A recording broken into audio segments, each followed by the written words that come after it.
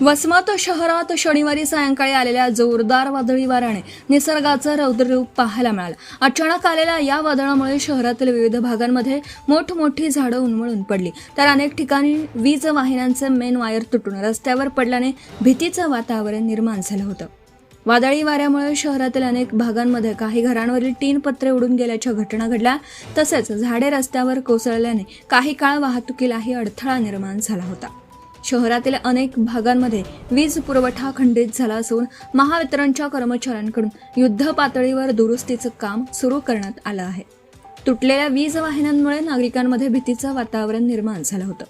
दरम्यान पर्यावरणाचा वाढता ऱ्हास, मोठ्या प्रमाणावर होणारी वृक्षतोड आणि बदलते हवामान यामुळे अशा नैसर्गिक आपत्ती वाढत असल्याची चर्चा नागरिकांमध्ये सुरू आहे. पर्यावरण संतुलन बिघडत असल्याने निसर्ग देखील आता रौद्ररूप धारण करत असल्याची भावना व्यक्त केली जात आहे. Subscribe now and press the bell icon. Never miss an update.